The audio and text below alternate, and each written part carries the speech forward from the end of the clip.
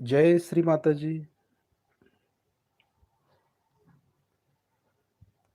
आप सभी लोगों का इस सहजयोग परिवार में स्वागत है। सहजयोग में आप सब लोग नए आए हुए हैं।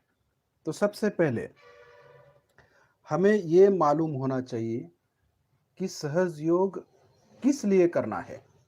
ये तो मालूम होना ही है और क्यों करना है। सहजयोग में हम किस लिए आए हैं, ये हम सबको पता होना चाहिए। कई लोग ऐसे हैं कि हमारी बीमारी ठीक करने के लिए सहयोग में आते हैं। कई लोगों को आर्थिक समस्याएं होती है, बहुत सारी समस्याएं होती है, वो हल होने के लिए सहयोग में आते हैं। और जो बहुत ही थोड़े लोग होते हैं जिन्हें आत्म साक्षात्कार चाहिए, वही लोग सच्चे योगी कहना चाहिए या सच्चे साधक कहना चाहिए। क्योंकि सहयोग उन लोगों के लिए है जो साधना करना चाहते हैं, योग करना चाहते हैं, परमात्मा को वो लोग ढूंढ रहे हैं, उनके लिए ही सहयोग है। तो सहयोग हमें क्यों करना चाहिए? इससे क्या होता है? सबसे पहले तो हमें आत्म साक्षात्कार मिलता है, आत्मज्ञान मिलता है और होता है हमारी बीमारियां हैं वो ठीक हो जाती है, हमारी तंदुरुस्ती ठीक हो जाती है, हमारे जो भी प्रॉब्लम्स है वो सहयोग में आने के बाद, ध्यान करने के बाद सब ठीक होने लगता है। इसलिए हमें सहयोग करना है और ये करते वक्त आपको कोई कुछ भी आपको छोड़ना नहीं है। सहयोग का मतलब ये है कि सहयोग करते वक्त हमें कुछ छोड़ना नहीं है, सब कुछ करना है। जो हम प्रपंच कर रहे हैं, जो भी हम उद्योग कर रहे हैं, नौकरी कर रहे हैं, वो हमें छोड़ना नहीं है।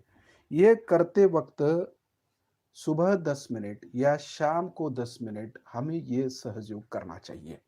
तो इसका मतलब ये है, कभी-कभी हमें लगता है कि सहयोग यानी कि प्राणायाम करना चाहिए या आसन करना चाहिए या बहुत ही भाग-दौड़ करना पड़ता है, ऐसा कठिन योग है। ऐसा इसमें कुछ भी नहीं है। सहज योग यानी कि बहुत ही सहज और सरल योग है।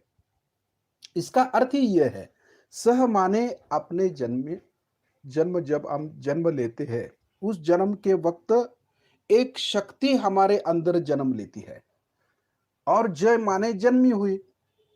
अपने जन्म से उपरांत जो शक्ति हमारे अंदर है, उसको जगाना ही और उसको परमात्मा से एकाकार करना ही उसको ही सहयोग कहते हैं और ये काम सहज होता है। इसके लिए कोई भी आडंबर करने की जरूरत नहीं है, कोई नामस्मरण करने की जरूरत नहीं है, कुछ भी करने की जरूरत नहीं है। श्री माता जी की कृपा से ये काम सहज में हो जाता है। तो ये कैसा होता है, ये आपको थोड़ा बहुत मालूम होना चाहिए। हमारे अंदर, शरीर के अंदर थोड़ा सा शरीर का ज्ञान होना बहुत जरूरी है। 72,000 हमारे यहाँ नाड़ी होती है, नाड़ियां होती है शरीर में। तो इसमें से 3 नाड़ियां प्रमुख होती है। आपको मालूम होगा, शायद पढ़ा होगा, पतंजलि योग में भी है। और ये 3 नाड़ियां जो है वो हमारे शरीर के अंदर रहते हैं। जो हमारे लेफ्ट साइड में नाड़ी है उसको इड़ा नाड़ी कहते हैं या चंद्र नाड़ी कहते हैं। और जो राइट साइड की नाड़ी होती है इसे पिंगला नाड़ी या सूर्य नाड़ी कहते हैं। और बीच की जो नाड़ी होती है उसको सुषुम्ना नाड़ी या ब्रह्म नाड़ी कहते हैं। जब अब हमारा लेफ्ट साइड है या लेफ्ट हैंड है, तो आप समझिए कि लेफ्ट हैंड ये माने कि लेफ्ट साइड की नाड़ी है, राइट हैंड है तो राइट साइड की नाड़ी समझिए। और उससे जो कंट्रोल होके जो बीच की नाड़ी बनती है ना, उसे ब्रह्म नाड़ी या सुषुम्ना नाड़ी कहते हैं। ये अब होता क्या है, ये तीनों नाड़ी जब हम भूतकाल का विचार करते हैं तो हमारी लेफ्ट साइड की जो नाड़ी है वो भूतकाल की नाड़ी है, जो भूत का हम विचार करते हैं, जो हो गया है उसका विचार हम करते रहते हैं। तो ये नाड़ी पर हमारी जो शक्तियाँ हैं, उस पर हम खर्च कर देते हैं। और राइट में जो है नाड़ी, उसको पिंगला नाड़ी बोलते हैं, उसमें हमारा भविष्य काल होता है। जब हम भविष्य का विचार बहुत ज़्यादा करते हैं, प्लानिंग करते हैं, ये करना है, वो करना है, हमारी हमको चिंता लगी रहती है, तब क्या होता है, ये राइट साइड की जो नाड़ी है, उसमें से हम ज़्यादा खर्चा कर देते हैं एनर्जी। तो इसमें होता क्या है, तराजू है, समझो तराजू है, तराजू में लेफ्ट साइड में वज़न ज़्यादा डाला, तो राइट साइड ज़्यादा ऊपर जाती है और राइट साइड में ज़्यादा वज़न डाला, तो लेफ्ट साइड ऊपर जाती है। तो हम इम्बैलेंस हो जाते हैं। इसमें क्या होता है, हमारी जो इड़ा नाड़ी और पिंगला नाड़ी यानी कि लेफ्ट साइड की नाड़ी और राइट साइड की जो नाड़ी होती है, इसमें अगर असंतुलन आ जाए तो हमें बीमारियां होती है। बीमारियां इसलिए होती है क्योंकि नाड़ियों का असंतुलन होता है। जब हमारी नाड़ियां ठीक हो जाए तब हम बिल्कुल ही ठीक हो जाते हैं। और ये नाड़ियां ठीक करने का जो तंत्र है वो सहज योग में सीख जाते हैं हम, और उसमें अब हम मास्टर हो गए, तो हमें कोई भी बीमारी छू नहीं सकती। आज कोरोना जैसी बीमारी है, कोई भी बीमारी हो, कैंसर जैसी बीमारी हो या और कोई बीमारी हो, दमा हो या ब्लड प्रेशर हो या शुगर हो जाए, डायबिटीज हो जाए, तो ये सब बीमारियां सहज योग से ठीक हो जाती है। उसमें आपको कोई करने की ज़रूरत नहीं है ज़्यादा। इसमें करना क्या है कि रोज़ सुबह शाम हमें 10-10 मिनट खाली ध्यान करना है, जो आज हम करेंगे थोड़ी देर के बाद। तो ये जो नाड़ियाँ हैं, उसका असंतुलन होने के कारण ही बीमारी होती है। अब जैसे ही 3 नाड़ियाँ हमारे शरीर में है, वैसे 7 शक्ति केंद्र जिसको चक्र बोलते हैं, वो 7 शक्ति केंद्र हमारे शरीर में विद्यमान है। तो इसका थोड़ा-सा अभ्यास हम करेंगे। पहला जो चक्र है वो मूलाधार चक्र बोलते हैं। जैसे हम बैठे हैं ना ज़मीन पर, तो ज़मीन पर जो हमारा रीढ़ की हड्डी ज़मीन पर लगती है ना, उसमें जो रीढ़ की हड्डी में जो आखिरी बोन है, उसमें मूलाधार चक्र बोलते हैं उसको, और उसकी देवता है श्री गणेश जी। उसके ऊपर एक ट्रायंगुलर बोन है हमारे शरीर में। उसको ट्रायंगुलर बोन में त्रिकोणाकार अस्थि है, जिसको सैक्रम बोन भी बोलते हैं, ग्रीक भाषा में सैक्रम बोन, यानी कि कुछ सीक्रेट है इसमें। सीक्रेट यानी क्या, उसमें कुंडलिनी विद्यमान है। 3.5 मात्रा ऐसा कॉइल करके वो कुंडलिनी हमारे अंदर निद्रिस्त अवस्था में बैठी है। वो त्रिकोणाकार अस्थि हमारे रीढ़ की हड्डी में है। और उसके ऊपर जो हम बोलते हैं ना, ओटीपोट जिसको बोलते हैं, उसमें एक चक्र है, उसमें स्वादिष्ठान चक्र बोलते हैं उसको। और स्वादिष्ठान चक्र में इसकी देवता है ब्रह्मदेव सरस्वती। और इसके ऊपर आ जाए तो नाभि में एक चक्र है, उसको सोलर प्लेक्सस कहते हैं या नाभि चक्र बोलते हैं। उसमें बीचों बीच की जो लक्ष्मी तत्व है, लक्ष्मी नारायण उसकी देवता है। और उसके साइड में जो वाइड है, जो पोकल ऐसा है ना, पोकल भाग जिसको बोलते हैं नाभि में, तो इसमें भव सागर बोलते हैं। इस भव सागर में हमारे सब गुरु लोग जो है, 10 गुरु, ये 10 गुरु का वास्तव्य हमारे नाभि चक्र में विद्यमान है या भव सागर में वो रहते हैं। यानी कि हमारा जो धर्म है, जिसमें हम सत्य बोलते हैं, अहिंसा करते हैं, दूसरों को नहीं दुखाते, तो ये जो धर्म मानवता के जो 10 धर्म है, वो धर्म हमारे पेट से आते हैं या नाभि चक्र से आते हैं।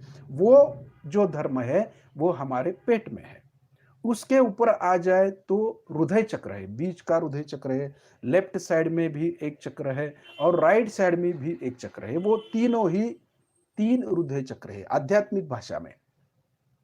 तो बीच में जो हृदय चक्र है उसमें जगदम्बा निवास करती है, और राइट में जो है चक्र, उसमें सीताराम जी का तत्व है। और लेफ्ट में जो चक्र है हृदय में, एक्चुअली हृदय में जो आत्मा है, जो शिव पार्वती है, जो शिव है, वही आत्मा हमारे हृदय में निवास करती है। उसके ऊपर उठे तो विशुद्धि, यानी कि गर्दन में एक चक्र है, उसको विशुद्धि चक्र बोलते हैं। उसमें राधा कृष्ण निवास करते हैं। उसके ऊपर उठे कपाल में जहां हम बिंदी लगाते हैं या कुमकुम लगाते हैं, सूर्य तत्व है इसमें। यहाँ पर जीसस मेरी माता का स्थान है। लेफ्ट में गौतम बुद्ध उनका स्थान है, राइट में भगवान महावीर का स्थान है। तो ये सब तीनों ही समकालीन थे, तीनों ने ही तप किया और भगवान के बारे में उन्होंने कुछ नहीं कहा, खाली आत्मा के बारे में उन्होंने बात की। इसलिए ये तीनों ही आज्ञा चक्र पर विराजमान है, इसको आज्ञा चक्र बोलते हैं। और आखिरी चक्र, सातवां जो चक्र है हमारे तालु भाग में, जिसमें सहस्त्रार चक्र बोलते हैं, उसमें श्री माता जी निर्मला देवी का स्थान है, जिसको हम आदि शक्ति बोलते हैं। अब ये 7 चक्र जो है हमारे शरीर में, ये जो 7 चक्र है वो हमारे शरीर को संतुलन देते हैं। वही हाथों पर भी है, हमारे उंगलियों पर भी है, वो बाद में हम देखेंगे। तो ये जो 7 शक्ति केंद्र और 3 नाड़ियां जो है ना, वो हमारे शरीर के मूल स्थान है, जिसको बोलते हैं ना पेड़ है। अब पेड़ की जो मूले है वो किधर है? जमीन के अंदर है ना। तो हम खत पानी वगैरह डालते हैं तो जमीन में डालते हैं, खत पानी जो डालते हैं वो मूलों को, पेड़ के मूल को डालते हैं ना, क्योंकि वो झाड़ ऐसे ही ऊपर की ओर जाए, फल फूल लगे, इसलिए उसको खत पानी हम देते हैं। वैसे ही हमारा जो शरीर है, उस शरीर के अंदर 3 नाड़ियां और 7 चक्र जो है वो हमारे मूल है, और उसका ज्ञान होना बहुत जरूरी है। तो ये ज्ञान हमारे हमको किताब से भी मिल सकता है। सहजयोग की किताब है, माँ ने हमें जो ज्ञान दिया है उस पर थोड़ा थोड़ा हम रोज थोड़ा थोड़ा अभ्यास किया तो ये सब हमको पता चल जाता है। अब ध्यान की अवस्था क्या होती है ये हम सीखेंगे। जब हम रीढ़ की हड्डी हमने देख ली है, तो त्रिकोणाकार जो अस्थि है उसमें कुंडलिनी नाम की एक शक्ति बैठी हुई है, और ये शक्ति श्री माता जी की कृपा से जागृत हो जाती है। और जब ये जग जाती है तो ऊपर जो 6 चक्र है हमारे, हमने देखा नाभि पर है, अनाहत चक्र है, हमारी छाती में एक चक्र है, और घसे में एक चक्र है जिसको बोलते हैं ना थ्रोट, उसमें चक्र है, आज्ञा चक्र है कपाल में, और सहस्त्रार में एक चक्र है। वो ये 6 चक्र को लांघ करके ये कुंडलिनी ऊपर आ जाती है। और ऊपर आने के बाद होता क्या है, हमें आत्मज्ञान मिल जाता है। सहयोग में हम किस लिए आए हैं? आत्मज्ञान के लिए, परमेश्वरी साक्षात्कार के लिए ही हम सहयोग करते हैं। तो ये जो कुंडलिनी शक्ति है, ज्ञानेश्वर जी ने ज्ञानेश्वरी में इसका वर्णन किया हुआ है। 6ठा अध्याय जो है उसमें सब कुंडलिनी का वर्णन है। ये कुंडलिनी कहाँ पर है, कैसे उठती है, क्यों उठती है, और कैसे उठाया जाए, ये सब उन्होंने ज्ञानेश्वरी में लिखा हुआ है। तो ये जो कुंडलिनी है ये पुरातन है, सब ऋषि मुनियों ने इस पर वर्णन किया है। आदि गुरु शंकराचार्य ने भी इस पर बहुत ही अच्छा लिखा है। सौंदर्य लहरी नाम का एक किताब उन्होंने लिखा है, तो उसमें सब कुंडलिनी का ही वर्णन है, तो आप पढ़ सकते हैं। तो ये जो कुंडलिनी है वो कुंडलिनी जब उठती है तो आदि माँ बोलते हैं उसको। जब हम जन्मे होते हैं ना, जब 3 महीने के गर्भावस्था में होते हैं, तभी ये कुंडलिनी हमारे तालु भाग से प्रवेश करके वो हमारे रीढ़ की हड्डी में जो त्रिकोणाकार अस्थि है उसमें जाकर ये शक्ति बैठ जाती है। और वो शक्ति बैठने के बाद जब हम बड़े हो जाते हैं, तो छोटे होते हैं तभी भी हमारा जो तालु होता है वो नरम रहता है, क्योंकि कुंडलिनी अंदर आ गई उसमें से। तो ये तालु भाग जब हम बच्चे को देखते हैं ना, छोटे बच्चे को, तो उसका तालु बहुत नरम रहता है, तो उसका कनेक्शन लगा हुआ है। तो ये बहुत ही अबोध होता है क्योंकि उसका कनेक्शन लगा है। और जब ये बच्चा बड़ा हो जाता है तो ये तालु का जो भाग है वो बंद हो जाता है, और उसको लगता है मैं कुछ तो हूँ। मैं कौन हूँ मालूम नहीं रहता, लेकिन मैं हूँ, ऐसा उसको लगता है और वो अहंकारी हो जाता है। जब सहज योग में हम आ जाते हैं, तब जब ये कुंडलिनी जागृत हो जाती है, तो कुंडलिनी जागृति होने के बाद ये तालु को छेदती है और तब हमें लगता है मैं नहीं हूँ, ये सब परमात्मा कर रहा है। तो ये कुंडलिनी तालु के ऊपर जब आती है कुंडलिनी और विश्व कुंडलिनी से एकरूप हो जाती है, तभी होता क्या है हमारे साथ, हमारे दोनों हाथों पर चैतन्य की लहरियां आते हैं। क्या होता है? चैतन्य की लहरियां माने हमारे हाथों में वाइब्रेशंस आने लगते हैं, ठंडी ठंडी हवा हमारे दोनों हाथों में आने लगते हैं, या तालु भाग से ठंडी ठंडी हवा आने लगती है। तो आत्म साक्षात्कार का अर्थ यह है कि जब हमें आत्मज्ञान हो जाता है, तब हमें कूल वाइब्रेशंस यानी कि ठंडी ठंडी हवा हाथों में आती है, ठंडी ठंडी हवा हमारे तालु भाग से बहने लगती है। तभी बोलना चाहिए कि हमें आत्मज्ञान हो गया, आत्म साक्षात्कार हो गया, हमारा आत्मा उस परमात्मा से जुड़ गया, उसे योग कहते हैं। योग यानी क्या? कि हमारी आत्मा जो है उस परमात्मा से मिल जाती है, तभी योग घटित हो जाता है। और ये बहुत ही सीधा तरीका है। पहले पहले के ज़माने में जो ऋषि-मुनि होते थे, वो बहुत ही जो अष्टांग योग करते थे, जिसको बोलते हैं पतंजलि ऋषि ने लिखा है अष्टांग योग। तो इसमें यम नियम, आसन, प्राणायाम, प्रत्याहार, ध्यान, धारणा, समाधि ऐसे 8 अंग होते थे। तो इस पर समाधि अवस्था में कोई भी योगी पहुँच नहीं पाता था। क्योंकि उसका जो ज्ञान गुरु देते थे ना, वो बहुत ही कठिन था। 12-12 बरस या 24 बरस उनको बहुत ही प्रयास करना पड़ता था, ये वाइब्रेशंस का पता लगाने के लिए। तभी जाके 12 बरस के बाद, 14 बरस के बाद उनको थोड़ा-सा हाथों में ठंडक आती थी। अब हमें माँ की कृपा से, श्री माता जी की कृपा से घर बैठे ये आत्म साक्षात्कार मिलता है। और ये आत्म साक्षात्कार मिलने के बाद हमें थोड़ा-सा इस पर ध्यान देना ज़रूरी है। तो क्या करना है? सुबह 10 मिनट शस्त्रार जिस पर हमें महसूस होता है, तालु भाग पर ठंडी-ठंडी हवा महसूस होती है, उस पर ध्यान देके, चित्त देके खाली बैठना है। कुछ विचार करना नहीं है, या कोई नामस्मरण हमें नहीं करना है। माताजी, निर्मला देवी वगैरह नामस्मरण हमें नहीं करना है। खाली जो महसूस होता है, उस पर हमें चित्त देके बैठना है, उसको ही ध्यान बोलते हैं। ध्यान का अर्थ किसी को मालूम नहीं रहता। कभी-कभी हम ऐसे कहते हैं कि माँ की जो फ़ोटो है, उसको ही हम हृदय में लेके बैठते हैं, या उसको ही ऐसे इमेजिन करते हैं। माँ की फ़ोटो है, चलो देखिए आँख बंद करके भी उसको देखते हैं। ऐसा नहीं करना है, उसको ध्यान नहीं बोलते। तो ध्यान का अर्थ ये है कि जब हमारी कुंडली ऊपर उठ के शस्त्रार को भेदन करती है, तालु भाग को भेदन करती है, तभी एक ठंडी-ठंडी हवा दोनों हाथों से बहती है और तालु से बहती है, उस पर चित्त दे के हमें 10 मिनट बैठना है। बस यही ध्यान है, क्योंकि ये ध्यान का पहला चरण है।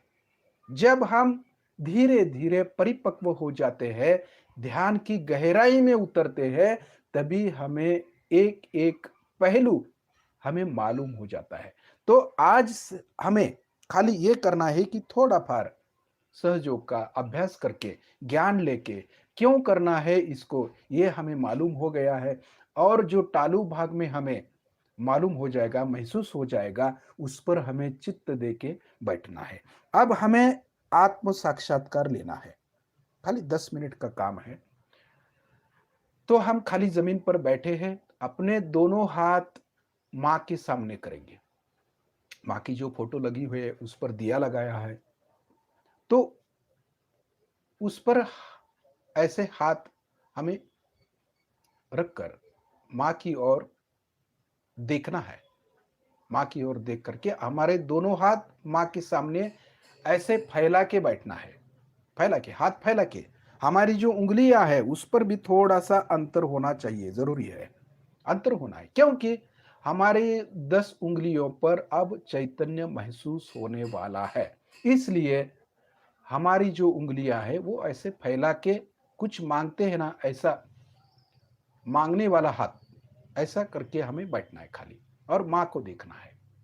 माँ से नमन करके हमें ये बोलना है, श्री माता जी कृपया हमें आत्म साक्षात्कार दीजिए, या हमें आत्मा का पूरा ज्ञान करा दीजिए, हमें सहज योग का पूरा ज्ञान दीजिए। ऐसा बोल के दोनों हाथ माँ के सामने करके बैठना है। ठीक है, अब करना क्या है ये हम धीरे धीरे करेंगे। ठीक है, सबसे पहले बंधन लेने का एक प्रकार है जो हम बाद में करेंगे, बाद में, सबसे पहले नहीं करेंगे, बाद में। पहले हम आत्मज्ञान लेते हैं या आत्म साक्षात्कार लेते हैं, उसके बाद बंधन लेने की प्रक्रिया करेंगे। तो सबसे पहले जो राइट हैंड है वो हमारे नाभि पर रखना है, लेफ्ट साइड में नाभि पर रखना है। देखिए, लेफ्ट हैंड जो है मां के सामने, राइट हैंड जो है लेफ्ट नाभि पर रखना है। लेफ्ट हैंड, बायां हाथ मां के सामने, और राइट हैंड जो है वो लेफ्ट नाभि पर रखना है, पेट के लेफ्ट साइड में रखना है। अब हमारी आंख हमें बंद करनी है। ये जो कार्य है वो आंख बंद करके करते हैं, क्योंकि हमारा चित्त अंदर की ओर जाए, इसलिए आंखें बंद करते हैं। ठीक है, धीरे धीरे आंखें बंद करते हैं। लेफ्ट हैंड मां के सामने, राइट हैंड लेफ्ट नाभि पर लगते हैं, पेट के लेफ्ट साइड में। और जहां हमने राइट हैंड रखा है, आंख बंद करके उस पर चित्त देके हमें यह बोलना है, श्री माता जी आपकी कृपा से हमारा गुरु तत्व जागरूक कर दीजिए। ऐसा 10 बार हमें बोलना है, क्योंकि हमें मालूम हो गया है कि अभी नाभि में 10 धर्म है, 10 धर्म गुरु है, 10 धर्म गुरु है। तो ये जागरूक होने के लिए हमें ये बोलना है, श्री माता जी आपकी कृपा से हमारी गुरु तत्व जागरूक कर दीजिए। श्री माता जी आपकी कृपा से हमारा गुरु तत्व जागरूक कर दीजिए। 10 बार बोलना है। चित्त जहां पर हमने हाथ रखा है उधर चित्त दे करके प्रसन्नता पूर्वक, शांति पूर्वक हमें बोलना है, श्री माता जी कृपया हमारा गुरु तत्व जागरूक कर दीजिए। श्री माता जी आपकी कृपा से हमारा गुरु तत्व जागरूक कर दीजिए। 10 बार हमें ये बोलना है, 10 बार। चित्त बोलने पर या गिनने पर नहीं होना चाहिए, भक्ति पूर्वक खाली बोलना है, थोड़ा कम या थोड़ा ज्यादा कैसा भी हो, लेकिन बोलना है, बोलना जरूरी है। श्री माता जी आपकी कृपा से हमारा गुरु तत्व जागरूक कर दीजिए। ठीक है, अब राइट हैंड जो है वो हृदय पर रखिए, लेफ्ट हैंड, लेफ्ट साइड में हृदय है हमारा जो धड़धड़ता है, उस पर राइट हैंड रखिए। लेफ्ट हैंड जो है आखिरी तक ऐसा ही रखना है। राइट हैंड से हम कार्य कर रहे हैं, तो राइट हैंड जो है हृदय पर रखिए, छाती पर लेफ्ट साइड में रख दिया।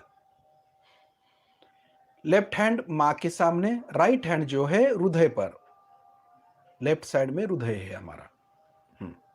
जहां पर हमने हाथ रखा है उस पर चित्त देके ये बोलना है, श्री माता जी आपकी कृपा से मैं शुद्ध आत्मा हूं। ऐसे 12 बार बोलना चाहिए, क्योंकि इस चक्र को 12 पेटल्स है, यानी पंखुड़ियां।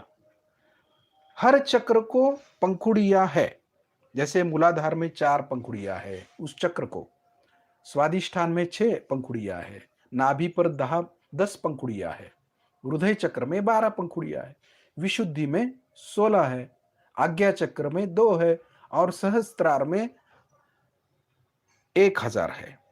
तो हमारा हाथ हृदय पर रख करके बोलना है, श्री माता जी आपकी कृपा से मैं शुद्ध आत्मा हूं,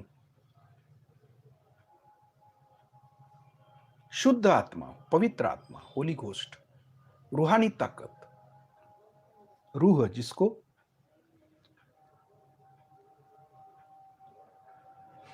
रूहानी ताकत बोलते हैं। जो हमारे मुसलमान भाई बंधु है वो क्या बोलते हैं? रूह। रूह यानी कि आत्मा। क्रिश्चियन बंधु भाई है वो बोलते हैं स्पिरिट, स्पिरिट या होली घोस्ट बोलते हैं। हमारे हिंदू धर्म में बोलते हैं आत्मा। तो सब एक ही है। वो रिलीजन बाहर का है उसका कोई अर्थ नहीं है। हमारे अंदर का रिलीजन जागरूक होना चाहिए, अंदर का धर्म जागरूक होना बहुत जरूरी है। इसलिए हमें ये बोलना है, श्री माता जी आपकी कृपा से मैं शुद्ध आत्मा हूं, पवित्र आत्मा हूं, निर्मल आत्मा हूं। श्री माता जी आपकी कृपा से मैं शुद्ध आत्मा हूं। श्री माता जी आपकी कृपा से मैं शुद्ध आत्मा हूं। जहां पर हाथ रखे हुए हैं उधर हमारा चित्त होना जरूरी है। श्री माता जी आपकी कृपा से मैं शुद्ध आत्मा हूं, पवित्र आत्मा हूं। ठीक है। अब राइट हैंड का जो तलवा है वो तालू पर रखना है हमें। राइट हैंड का तलवा तालू पर दबा के रखना है, उंगलियां ऊपर की ओर थोड़ा सा दबाना है हमें, तालू को दबाना है, क्योंकि ये ब्रह्मरंध्र है, ये सहस्त्रार चक्र है। जो 10वां दरवाजा बोलते हैं, 10 दरवाजे कबीर ने बोला है ना, 10वां दरवाजा। 9 दरवाजे शरीर में है हमारे और 10वां जो है वो तालू जिसको ब्रह्मरंध्र बोलते हैं। और दबा के थोड़ा घुमाना है हमें, क्लॉकवाइज घुमाना है। हमारी गर्दन थोड़ी नीचे करते हैं, हाथ को घुमाना नहीं है, हाथ स्थिर रखना है। जो नीचे की चमड़ी है उसको हिलाना है ऐसे। ठीक है।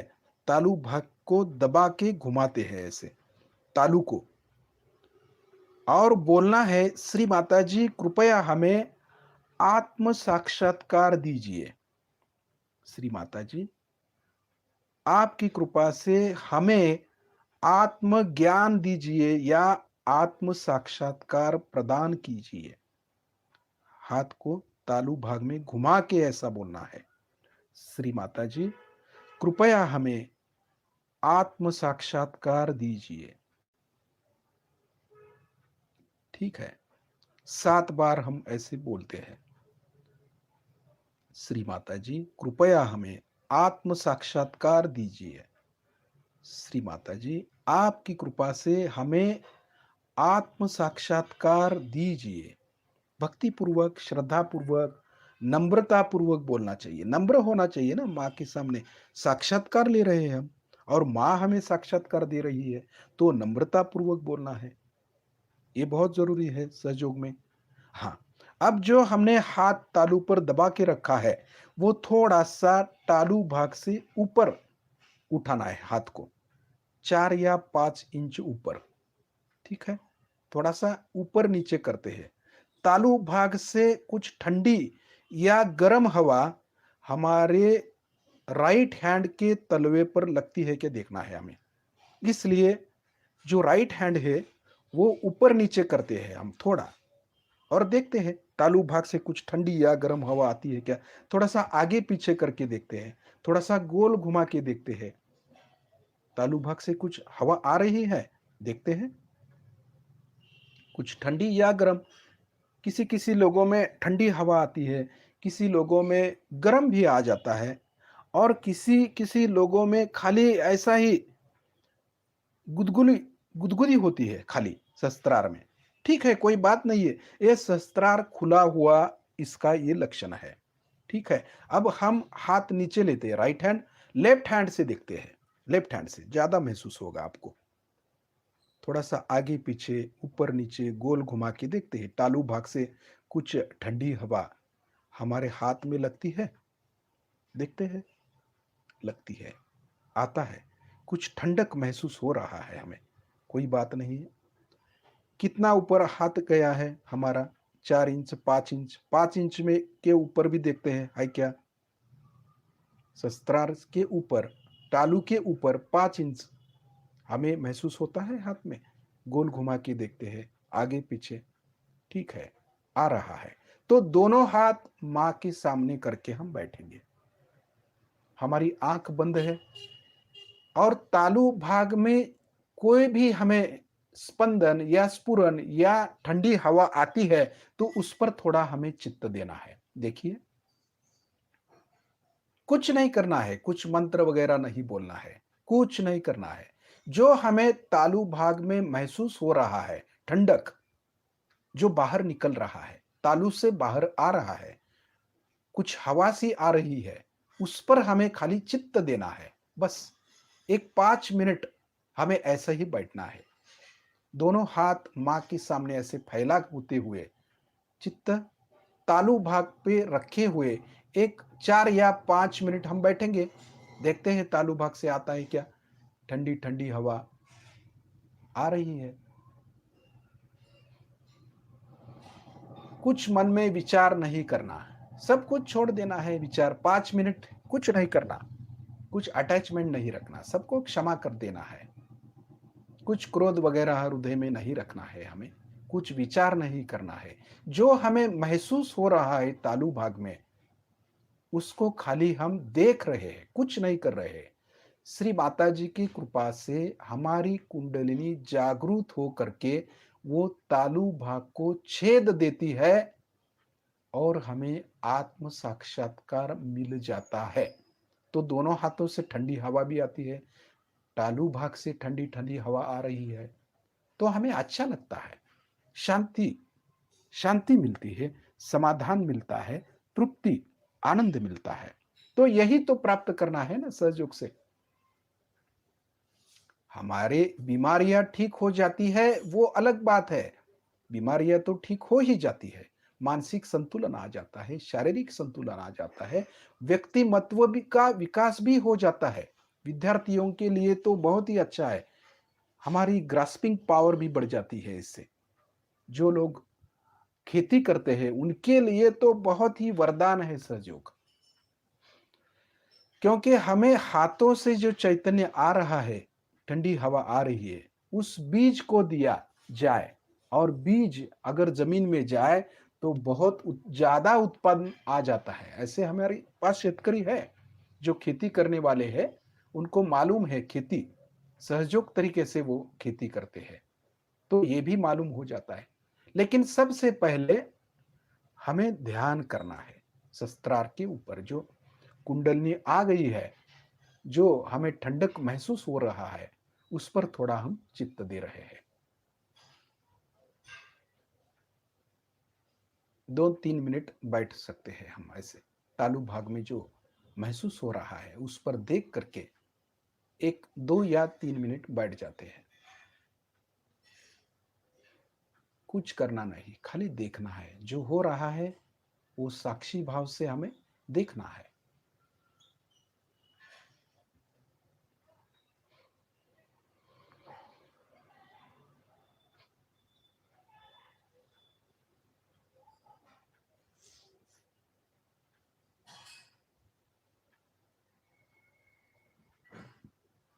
बहुत ही आनंद आता है, समाधान लगता है, शांति आती है, जो ठंडक आ रहा है, हमारा ब्रेन ही शांत हो जाता है। हम जो ढूंढ रहे थे वो यही है, जिससे हमें समाधान मिला, शांति मिला, आनंद मिल गया। यही है वो कुंडलिनी का जागरण। इससे सब कुछ ठीक हो जाता है। प्रपंच करके, प्रपंच करते करते यही परमार्थ हमें करना है। क्या करना है? आपको कुछ नामस्मरण नहीं दिया, आपको किसी गुरु का मंत्र नहीं दिया, किसी गुरु की दीक्षा नहीं दी, खाली हमारे अंदर की कुंडलिनी जागृत कर दी, बस इतना ही है। जो हमारा जन्म सिद्ध अधिकार है, इसको जानने के लिए जन्म जन्मांतर से हम जो खोज रहे हैं, यही है वो जिससे माँ की कृपा से हमने प्राप्त कर लिया। तो इसे अब खोना नहीं है हमें। रोजमर्रा के जीवन में 10 मिनट सुबह और 10 मिनट शाम को हम ध्यान करेंगे तो हमारी प्रगति हो जाती है। इतना सीधा सरल सहयोग है। अब आंख बंद रहने दीजिए, चित्त को हाथों की उंगलियों पर दीजिए, चित्त को हाथों की उंगलियों पर, किनारे पर बोलते हैं ना, देखते हैं उंगलियों से कुछ ठंडक आ रही है क्या अंदर, देखते हैं कुछ ठंडक ऐसा महसूस हाथों पर हो रहा है, उंगलियों पर, किनारों पर, हाथ फैलाए हुए हम बैठे हैं, थोड़ा सा ठंडक हमें महसूस हो रहा है, हाथों पर कुछ ठंडक आ रहा है। किसी किसी को गर्म आ रहा होगा, कोई बात नहीं, किसी उंगली काट खा रही होगी या चुभन सी महसूस हो रही होगी, कोई बात नहीं है। जो चक्र पकड़ रहे हैं तो उसका अभ्यास हम अगले सेशन में करेंगे। ये क्या होता है, वाइब्रेशंस क्यों आते हैं, किस उंगली पर तकलीफ होने से उसका अर्थ क्या है, ये हमें मालूम करना है ना। तो धीरे धीरे हम इसे सीखेंगे। तो सबसे पहले हमें यह है कि हाथों पर थोड़ी ठंडक आती है या नहीं, उसको देख रहे हैं। थोड़े ठंड या गर्म कुछ भी हो, जो आता है उसे देखते हैं। ठंडक, ठीक है, हवा सी महसूस होती है। यही चैतन्य लहरी बोलते हैं उसको, जिसको शंकराचार्य ने सलीलम सलीलम सलीलम, होली घोष्ट, यही है चैतन्य। या शंकराचार्य ने सौंदर्य लहरी बोला है उसको, सौंदर्य लहरी। कुरान में लिखा है ना, जब कियामा आता है तो हाथ बोलने लगते हैं, तो ऐसा है, हाथ बोलने लगे। उनको कुछ मालूम नहीं है ये, उनको खाली ये नमाज वगैरह पढ़ता है, नमाज का अर्थ यही है कि कुंडलिनी का जागरण। किसी को कुछ मालूम नहीं है, ऐसे ही हाथ करते हैं, लेकिन हाथों में जो निराकार निर्गुण शक्ति आती है ना, उसको तो महसूस करना चाहिए ना। तो ये कर्म कांड ही हम करते हैं, जो भी आप किसी भी धर्म के हो, कर्म कांड के सिवा हम कुछ नहीं करते। तो हमें कर्म कांड नहीं करना है, असल सहयोग सीखना है। असल जो सब धर्मों का सार है, वो कुंडलिनी का जागरण और आत्मा की प्राप्ति, स्पिरिट, रूह, आत्मा, इसको जागरण करना सीखना है। ठीक है, अब हमारा चित्त पहले हमने दिया था तालू भाग पर, उस पर थोड़ा चित्त देना है। फिर से हाथ वगैरह नहीं ऊपर लेना, चित्त देना है, खाली देखना है ऊपर है क्या, हमें महसूस हो रहा है क्या, तालू भाग पर ठंडी ठंडी हवा अभी भी है क्या, देखते हैं ना। चित्त तालू पर देते हैं, जिसको शस्त्रार चक्र बोलते हैं, उस पर महसूस हो रहा है थोड़ी सी ठंडक और भी आ रही है ज्यादा, देखते हैं। तभी हमारा कनेक्शन लग गया। कुंडलिनी हम बोलते हैं ना, पूरी कुंडलिनी, इसको पूरी कुंडलिनी नहीं आती ऊपर, उसके 2 या 3 धागे ऊपर आते हैं। कुंडलिनी को 108 धागे है, उसमें से 2 या 3 धागे ऊपर आते हैं, तभी थोड़ा सा ठंडक महसूस होता है।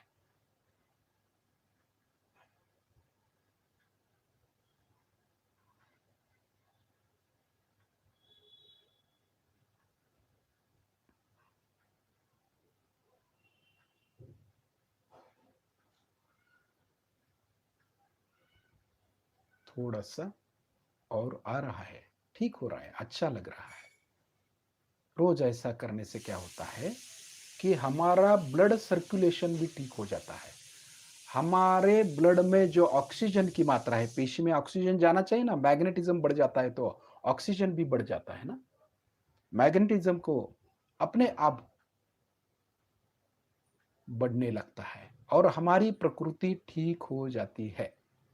अगले सेशन में हम यही देखने वाले हैं कि ये जो चक्र है उस पर जो देवता है या ये चक्र किस कैसे काम करते हैं और इस चक्र में जो देवता है उसके गुण क्या है, उनके ये पकड़ने के कारण क्या है और हमारी कुंडली जब शस्त्रार में नहीं आ जाती और जो चक्र पकड़ते हैं क्यों पकड़े हुए हैं, क्यों हम भूतकाल का विचार करते हैं या भविष्य का विचार करते हैं, तो कैसे हमें बीचों बीच आना है वो हम अगले सेशन में देखते हैं। तो इसे हम अगले सेशन तक ऐसा ही ध्यान करना चाहिए। सहयोग में एक नैसर्गिक क्रिया है जिसे फूड सोकिंग कहते हैं, नमक पानी, वो भी हम करने वाले हैं। वो अगले से अगले सेशन में करेंगे। पहले तो हमें पूरा ध्यान मालूम होना चाहिए और जब हम ध्यान की ओर चित्त हमारा जाता है, कुंडलिनी ऊपर जब आती है तो महसूस होने लगती है, तभी आगे का कार्य हो सकता है। वैसे ही हम बैठे हैं और कुंडलिनी ऊपर लेते, किसी को आता नहीं है, हाथ में भी नहीं आता है, शस्त्रार में भी कुछ मालूम नहीं रहता है, कोई किसी को पूछा तो मालूम नहीं रहता, ऐसा नहीं होना चाहिए। हमें सहयोग करना है पूरे भक्ति के साथ, श्रद्धा के साथ। अंधश्रद्धा इसमें नहीं होनी चाहिए। हमें जो भी शंका है वो हमें पूछनी चाहिए। मन में शंका रख के सहयोग नहीं करना है। कोई भी शंका हो, सहयोग करने के बाद अब हम अगली सेशन तक ऐसे ही ध्यान करेंगे घर में। जब हम माँ के सामने बैठते हैं ना, तो बैठने के बाद जो तालू भाग पर महसूस हो रहा है, आंख बंद करके उसको देखना है। बस इतना ही करना है अगली सेशन तक। और जो शंकाएं आपके मन में है वो आप हमें अगली सेशन तक बता सकते हैं। ठीक है। अब हम धीरे धीरे अपनी आंख खोलेंगे, मां की ओर देखेंगे, मां की ओर देखेंगे।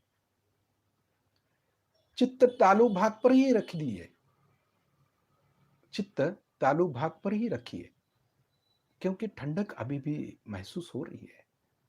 अच्छा लग रहा है, हमारा कनेक्शन लग गया, कुंडलिनी ऊपर आ गई तो हमारा उद्धार हो गया, हाथ बोलने लग गए। जब कुरान पढ़ते हैं तो उसमें भी है, हाथ बोलने लगेंगे। 7 जन्नत उनमें लिखे हैं ना, 7 जन्नत यानी कि 7 चक्र। ऐसे हमारे भी 7 चक्र है शरीर में, उसका अभ्यास हम धीरे धीरे करने लगेंगे। धीरे धीरे हम सहयोग को पूरी तरह समझ में लगेंगे। अब अगली बार जो है, जो बंधन लेना है, उस बंधन के बारे में भी हम अगले सेशन में आपको बताएंगे। ठीक है।